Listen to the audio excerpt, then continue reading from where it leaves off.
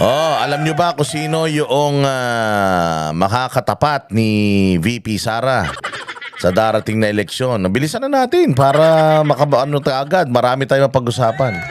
Ayan, Vice Ganda versus VP Sara sa 2028. Ayan, ano ba masasabi nyo dito sa ano na ito, sa labanang ito? Kasi yung mga dilawan tae, di na nila alam kung sino talaga ang kanilang patatakbuhin sa 2028. Oo, nandiyan si Romualdez, nandiyan si Risa Ontiveros, nandiyan si Leni Robredo. Tapos gusto pa nilang babaan yung edad ng mga tatakbo sa Senado, sa Vice President at Presidente para makapasok si Vico Soto. Tapos may panglima. Oh, may panglima silang panlaban, si Vice Ganda. Ha? Ha? Nagulat ka rin? Nagulat ka? Ako rin nagulat eh. Oh, baka ang Vice President nito, si Aura Borgela. Tawan-tawa ako. Oo. Paano kaya yan? Kung si Vice Ganda yung magiging presidente, halimbawa, talunin niya si Inday Sara, no? Paano? Ang gagawin ni sino ng First Lady? Si Ion, yung shota niya. Yun ba ang magiging First Lady niya? Ikaw na naman, Boss Dada, inaaway mo na ng mga bakla. Hindi lahat ng bakla. Oo, yung mga baklang kupal lang ang inaaway natin. Yung mga kupal. Yun lang. Pero yung mga iba, matitinuman yan. Marami naman mga guding. Sabi nga, may mga guding, may mga bading. So binibuild up nila ito. Ano ba talaga? Make up your mind. Sino ba talaga ang gusto nyong Sino ba talaga ang gusto nyong palabanin sa 2028? Diyos ko naman, may Romualdez, merong Ontiveros, may Delima tuloy. Merong si Leni Robredo, merong Vico Soto, ngayon Vice Ganda. Tangina niyan, pagka naglaban-laban kayo 5, mauubos ang boto nyo, mapupunta kay Inday lahat yan. Hindi ba may lumabas na survey kamakailan lang na si VP Sara daw bumaba yung kanyang trust rating. Tapos si Martin Romualdez tumaas daw yung trust rating. Sige nga, mag-election nga tayo ngayon. Sige nga, snap election nga. Sabihan mo nga yung pinsa mo, Romualdez, total naman tumaas naman pala yung mo. Baka tumaas yung yung rating mo sa impyerno. Yung rating mo sa impyerno dati mababa, mataas na. Baka ang palitan mo hindi yung presidente ng Pilipinas, baka yung presidente ng impyerno. Tumaas na daw yung kanyang trust rating. At sinasabi pa nung isang bugok na congressman dyan sa Mindanao na tumaas din daw. Tinatanggap na daw paunti-unti itong si Romualdez dyan sa Mindanao. Diyos ko, ginulo nyo nga yung BARM, di ba? Ginulo nga nilang damay yung BARM. Tapos sasabihin mo, tumataas ang rating ng mga lahi yung mga kawatan dyan sa Mindanao. Unless, tanga-tanga talaga Mindanao. Which is, naniniwala ko hindi. Yung mga moro natin ng mga kababayan, yung mga kababayan natin mga taga Mindanao, sigurado ako na galit dito sa mga putang ina nito. Bakit ko sasabihin? Imaginein mo. Diyan sa Mindanao, lahat ng proyekto ni Pangulong Duterte dyan, pinatigil nila. Tapos tataas ang rating ni Romualdez diyan sa diyan sa Mindanao. Putang ina, sino lokohin yung mga lelang nyo? Mga ulul. Ito nga, pakinggan nga natin itong itong balita na to. Diyos ko po. Sige, pasok. Tapat ang Vice Ganda at Vice President Sara sa 2028. Parehas Vice. Vice President Sara versus Vice Ganda. Ano kaya magiging plataforma nito ni Vice Ganda? Gawin bakla lahat ng Pilipino, gano'n. Kaya illegalize ang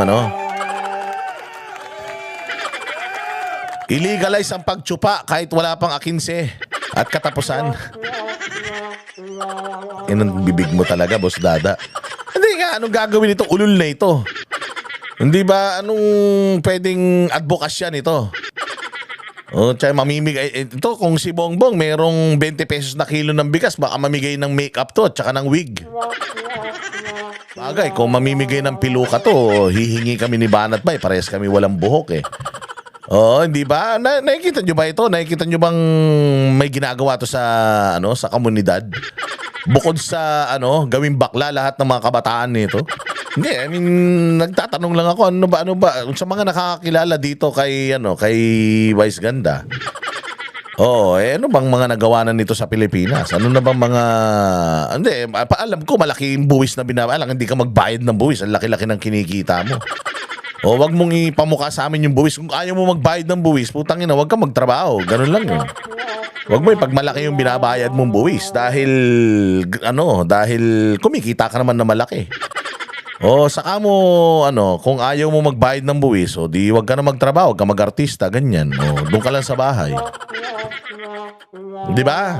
Nagpapayaman kayo tapos pinamumukha niyo yung buwis na binabayad niyo. O kung ayaw nyo magbayad ng buwis, pwede naman eh. O kaya alam, makukulong kayo. O ano nga, yung mga nakakaalam, baka meron to mga outreach program, ganyan, may naitulong na. Baka namimigay ito ng libreng gamot sa tulo. O kaya kung ano man mga ginawa nito, ilagay nyo dyan sa comment section. Baka hindi ko lang alam ha. Oo, pero kung may mabuti naman siya nagagawa, bakit hindi? Pero ewan kung presidente ng Pilipinas? Tanginin yan. Diyos mio. Gagawin nito, putsang ina. Baka lahat ng pogi sa gobyerno, puta syutain nito. O sige, diretso. Yan daw ang solusyon para maharang si VP Duterte sa pag-upo sa Malacanang Palace. Si Vice Ganda raw ang pwedeng pangharang kay VP Sara. Paano? O, paano mo harangin? Gate ka ba? Bakod ka ba? Paano mo haharangin si Inday Sara, anak ng tinapay naman, Idol mo kayong tatay niya, in-interview mo pa, laki-laki ng kinita mo ron. Tas ngayon naman si Inday, okay lang naman. Lahat naman pwedeng tumakbo simple nga lang. Yun nga ang maganda dito sa Pilipinas kasi kahit sino pwedeng tumakbo, kahit taong grasa. Kailangan lang nakakabasa ka at saka nakakasulat. Hindi importante may pinag-aralan ka. Wala, si Bongbong nga, wala man pinag-aralan yan ito, gumraduate man yata to sa FEU. Lahat nga ng mga basketball player do sa FEU, ewan ko pinag-jujowa yata nito. Pero gagawin nito. Sige, pangharang kay VP Sara. Ewan ko, flood control project yata to si Vice Ganda. Plus, ayon sa award-winning director na si Love Diaz, kailangan award-winning director, Love Diaz? Puta, hindi ko nga kilala yung ulol na yan. Ano ginawang pelikula ng taratado niyan? Tangina niya na lahat kayo may kandidatong sarili-sarili hindi nito alam kung magbabarong yan. Kung magbabarong yan o maggagaon yan pagka inaugurasyon. Maganda, tamang-tama rin para talaga yung Pilipinas dire-diretso na pagbagsak. Tingnan, iboto nyo, putang ina nyo, bahala kayo sa buhay nyo. Pero maganda, sige subukan mo, tumakbo. Total kapal ng mukha lang naman ang kailangan ng mga politiko para sa posisyon. Pop culture ang titibag sa Vice Presidente. Para sa film critic, si Vice Ganda ang dapat itapat dahil siya ang icon ng pop culture. Suggestion pa ng batikang direktor, kailangan katandem ni Vice sina Senator Risa Hontiveros. Kinangina, ganda niyan. Vice Ganda at saka si Risa. Total naman si Risa maganda rin paminsan Tanggi ng buhay ito. Tinong gusto nyo gawin sa Pilipinas, tragis kayo. Pati si Vice Ganda, papatakbuhin nyo na. Baka magkaroon ng maraming kabayo dyan sa sa Malacanang. Dahil pa naman damo-damo dyan. Matapos si Bongbong, gusto nyo naman ilagay si Vice Ganda. Putang ina, gusto nyo talaga maging buyoyong yung Pilipinas, Congressman Chel Jokno at Mayor Leni Robredo. Ay, putya, antindi So, antindi kasi ilalagay daw sa ticket niya si Vice, si Risa, si Leni, si Jokno. Puta, 4 sila. Ano yan? Tangina nyo, 4 kayong presidente. Gago, gusto rin tumakbo ng mga pinklawan si Leni Robredo kasi gusto nilang maging ilaw daw si Leni. Ewan ko, glow in the dark yata yung babae na yan Ilaw daw siya, ang nagsisilbing ilaw daw sa dilim. Tangina, ano, kakandila. Hayop na yan. Oh, ito naman si Chel Jokno. Anong papel ni Chel Jokno? Hindi nga nanalo senador yan. Putang ina, party list nga lang tinakbo niyan, kaya nanalo yan eh. Paano, saan mo ilalagay yan si Chel Jokno? Sa gilid ng sa gilid ng bakuran, ganon. Tsaka si Risa Ontiveros, may plano din maging presidente yan. Anong pinagsasasabi nitong direktor na to? Sabog ka ba? Anak ng tinapay itong direktor na to, hindi pa yata kumakain eh. Ang goal lang naman daw ay kailangan manalo ang komedyante at mag-resign din agad. Hugot pa ni Direk. Putang galing ng style niya. So, ang iba vice president niya, si Leni Robredo o kaya si Risa Ontiveros. Kasi, pag nanalo siya, kasi nga, sobrang dami daw ng fans ni Vice Ganda. Mananalo siya, mananalo siya. Pag nanalo siya, magre-resign daw siya para sinabi mong walang pag-asa si Risa. Para sinabi mong walang pag-asa si Lenlen. Luka-luka ka. So para sinasabi niya, mananalo lang siya tapos magre-resign siya. Ulul.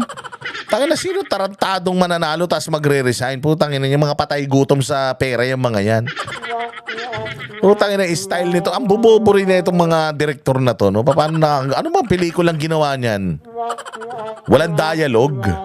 Anak ng tokwa. Kailangan nang mapalitan ang mga Duterte na master daw sa myth-making. Okay. Palitan na daw mga Duterte. So, willing na si Direk mag-settle kay Vice Ganda na walang advokasya para lang mapalitan ng mga Duterte. Palakpakan. Ang galing-galing nyo. Sobrang galing talaga ng mga kritiko ng mga Duterte. Kahit aso iboboto nila, wag nang manalo si Inday. Tang ina niya. Nakala ko ba malakas kayo, lumalakas na kayo ngayon? Bakit may mga ganyan na naman? Oy. Kami ang boses ng masa, hindi natatakot. Katotohanan lang, di kami nalulunod. Walang bahid ng sismis, lahat ay totoo. Kahit sino ka pa, pag mali ka babanatan ka. Walang pinipili kulay, wala kaming kinikilingan. Basta para sa bayan, kami lalaban. Pagdama palakpakan, pag mali banatan, di matitinag, di matatakot. Para sa bayan, tuloy ang sigaw. Sa harap ng kamera, walang halong takot. Mga baluktot, lahat kayo'y tutumba. Ang hustisya at totoo, yun lang ang mahalaga. Kahit sinong harang, di kami matitinag. Walang pinipiling kulay, wala kaming kinikilingan. Basta para sa bayan, kami lalaban. Pag tama palakpakan,